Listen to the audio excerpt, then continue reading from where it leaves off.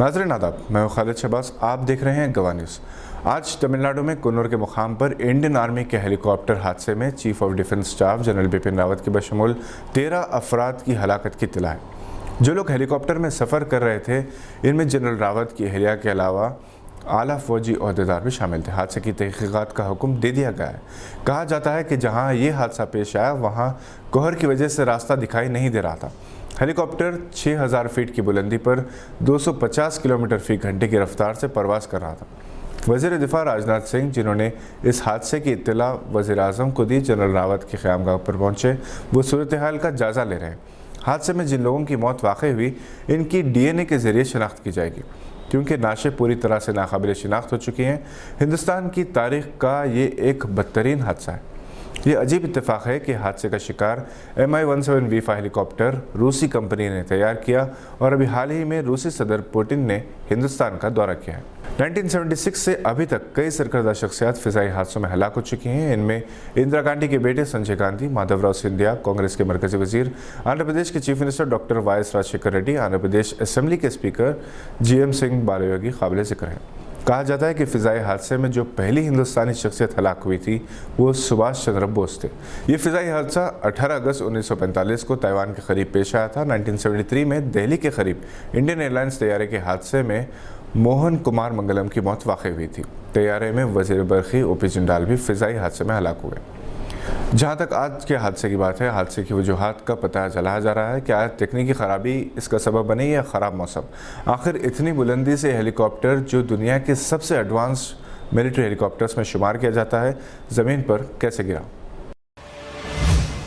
Social media platform Meta, जो पहले Facebook के नाम से जाना जाता था, आजकल अपने नफ़रत भरे और इश्तियाल अंगेज़ बयानों को फ़रोग़ देने की वजह से मुतनाज़ात का शिकार है। रोहिंग्या के मुस्लिम आबादी ने फेसबुक के खिलाफ केस दायर करते हुए $150 बिलियन के जुर्माने का मुतालबा किया। इनका कहना है कि फेसबुक के एल्गोरिथम ने म्यांमार में एक मखसूस तबके के खिलाफ हेट स्पीच को बढ़ावा दिया, जिससे वहाँ पर तशद्दुद भड़कने के बाद कई लोग जाँ बहक हुए। हाल ही में फेसबुक के साबिक़ मुलाजिमा फ्रांसिस हॉगन ने फेसबुक के अंदरूनी रिसर्च पैटर्न को फेसबुक पेपर्स के ज़रिए मंजर-ए-आम पर लाया, जिसमें बताया गया कि फेसबुक के ज़रिए कैसे बाज़ ममालिक में चंद अक़लियती तबक़ों के साथ इम्तियाज़ी सलूक किया जा रहा है। मिसाल के तौर पर, अगर किसी मुल्क में माइनॉरिटीज़ के ख़िलाफ़ हेट स्पीच पर फेसबुक पाबंदी आयद नहीं करती, तो वहाँ की माइनॉरिटीज़ इस प्रोपेगेंडा का शिकार हो जाती हैं, जो फेसबुक पर चंद फ़िरका परस्त तबका फैलाता है, जिसकी वजह से तशद्दुद बड़े पैमाने पर भड़क जाता है। आपको याद होगा कि हिंदुस्तान में इसी तरह फेसबुक जैसे सोशल मीडिया प्लेटफॉर्म्स का इस्तेमाल करते हुए बाज़ औक़ात माइनॉरिटीज़ या अक़लियती तबके के ख़िलाफ़ कोरोना जिहाद, लव जिहाद और इस किस्म के कई झूठे प्रोपेगेंडास चलाए गए, जिसको सच मानकर लोग कानून को अपने हाथ में लेते हुए तशद्दुद फैलाते हैं और कई जगह मॉब लिंचिंग के वाक़यात भी पेश आए। 2017 में फेसबुक का इस्तेमाल करते हुए BJP कायद कविल मिश्रा ने मुसलमानों के ख़िलाफ़ जहर उगला, जिसके चंद ही घंटों बाद लोगों ने जान से हाथ धो दिया। एक और BJP से ताल्लुक़ रखने वाले लीडर ने कहा था कि रोहिंग्या रेफ्यूजीज़ को गोली मार देनी चाहिए।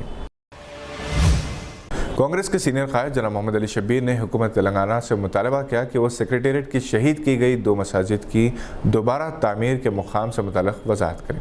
इन्होंने इसके लिए हुकूमत को 15 दिन की मोहलत दी और इसके बाद एहतजाज की धमकी दी। मैंने एक हफ्ता पहले सेक्रेटेरिएट की मस्जिद में, जो गुज़िश्ता साल 7 और 8 दिसंबर की रात में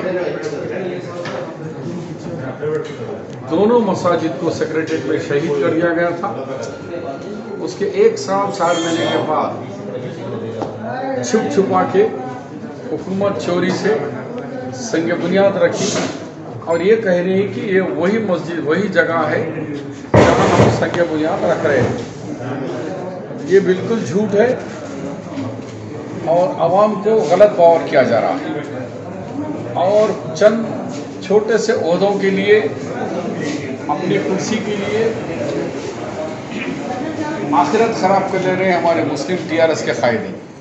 जनाब मोहम्मद अली शब्बीर ने गांधी भवन में एक प्रेस कॉन्फ्रेंस से खिताब करते हुए बताया कि इन्होंने चीफ मिनिस्टर मिस्टर KCR के नाम एक मकतूब लिखा, जिसमें इन्होंने सेक्रेटेरिएट की हुदूद में मुनज़्ज़म की गई मस्जिद मोहम्मदिया और मस्जिद हाशमी की तामीर नौ के लिए 25 नवंबर को संग बुनियाद रखा गया, मगर इस बात का शक व शुबा है कि ये मसाजिद मुनज़्ज़म की गई मसाजिद की असल जगह पर तामीर नहीं की जा रही। ये दो मसाजिद 7 और 8 जुलाई 2020 की शब इस वक्त मुनज़्ज़म हो गई थी जब सेक्रेटेरिएट की नई इमारत की तामीर के लिए पुरानी इमारतों को मुनज़्ज़म किया जा रहा था। मुसलमानों के एहतजाज पर चीफ मिनिस्टर ने मस्जिद के असल मकाम पर दोबारा तामीर का वादा किया था। जनाब मोहम्मद अली शब्बीर ने इल्ज़ाम आयद किया कि चीफ मिनिस्टर ने मसाजिद को मुनज़्ज़म करते वक्त कई तारीख़ी हक़ाइक़ को मिटाने की कोशिश की।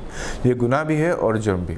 इन्होंने अपने मुतालबात मनवाने के लिए तमाम जमहूरी तरीक़ेकार इख्तियार करने का ऐलान किया। प्रेस कॉन्फ्रेंस में जनाब SK अफजलुद्दीन, उस्मा शाकिर भी मौजूद थी। पाकिस्तान ने बांग्लादेश के खिलाफ दूसरा टेस्ट और सीरीज़ जीत ली। दूसरे टेस्ट में एक इनिंग्स और 8 रन से कामयाबी हासिल हुई। साजिद खान ने मैच में 12 विकेट्स हासिल करके मैन ऑफ द मैच और आबिद अली ने मैन ऑफ द सीरीज़ का अवार्ड हासिल किया। आज के बुलेटिन में बस इतना ही। उम्मीद है कि आपने हमारे चैनल को सब्सक्राइब कर लिया होगा। बहुत आसान है, सब्सक्राइब बटन दबाएं और बेल आइकन दबाना ना भूलें। हम फिर हाजिर होंगे मज़ीद मालूमाती वीडियोज़ को लेकर। देखते रहिए गवाह।